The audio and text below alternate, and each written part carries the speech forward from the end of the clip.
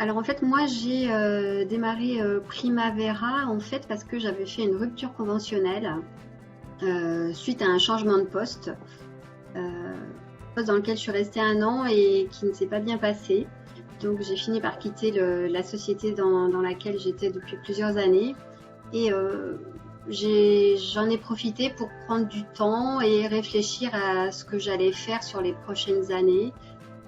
J'allais aussi avoir 50 ans et je me suis dit bah voilà, c'est le moment de me poser, que je voulais plus, sur ce que je voulais et je savais que j'aurais du mal à le faire toute seule donc voilà, j'ai eu l'opportunité de rencontrer Primavera grâce à une amie et voilà comment l'histoire a démarré pour cet accompagnement.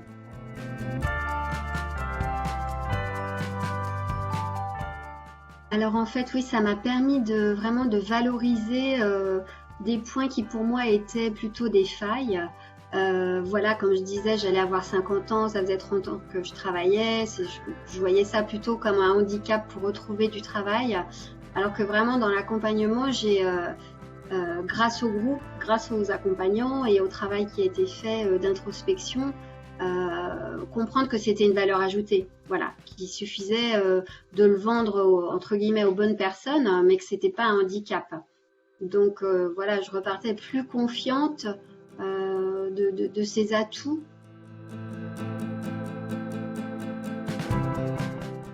Alors concrètement, j'ai découvert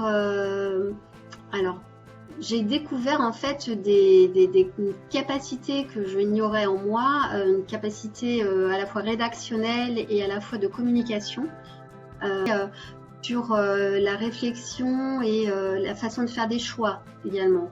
Avant, j'étais très rationnelle, très raisonnée, les plus, les moins, voilà. Alors que là, j'ai appris à beaucoup plus écouter mon instinct, mes réactions, les réactions du corps, les ressentis.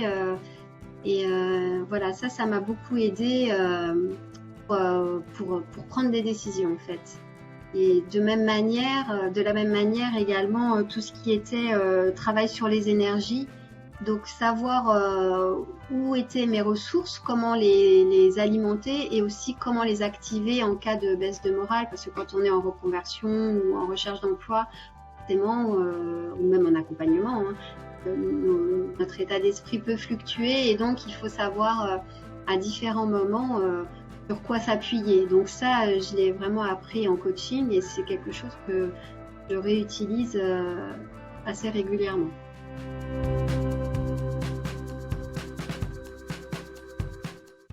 Alors, il y a eu beaucoup de moments forts parce que le programme a été très intense et j'ai eu la chance de faire partie d'un groupe très petit. On était vraiment dans l'accompagnement personnalisé et presque dans le domaine de l'intime. Donc, on a vraiment noué une relation très forte avec mes co-stagiaires, mais également aussi avec l'équipe. Donc, il y a eu beaucoup de moments très forts. Mais on va dire que pour moi, le moment le plus fort, ça a été le moment de la soutenance, donc en fin de programme, où on doit présenter le mémoire et le transposer de manière un petit peu artistique et le présenter au jury et à ses co-stagiaires. Et donc là, forcément, c'est très émouvant parce que c'est la fin du programme.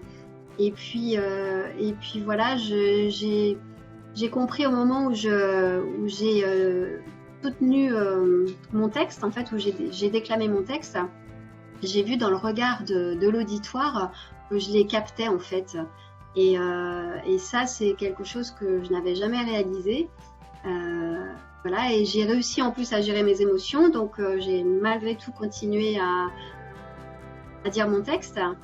Et voilà, donc une capacité à communiquer et à séduire entre guillemets et à capter l'auditoire qui est très important à mon sens, que ce soit en recherche d'emploi, en reconversion ou dans la vie professionnelle, parce que voilà, à tout moment on peut avoir des projets à présenter et vraiment là voilà, ça a été vraiment l'aboutissement de ce programme avec une satisfaction lors de cette soutenance.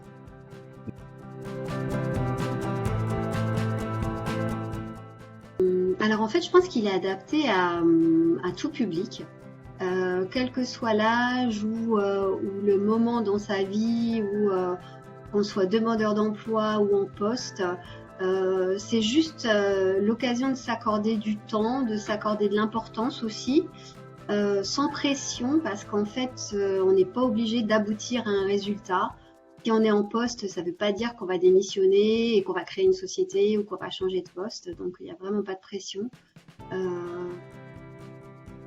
Voilà, et je pense que on est tous en quête de sens à un moment dans sa vie. Certains le font très tôt, certains le font plus tard. Donc vraiment, voilà, je pense que ça peut correspondre à un panel très large de personnes qui se posent des questions sur le sens de leur vie professionnelle et aussi personnelle.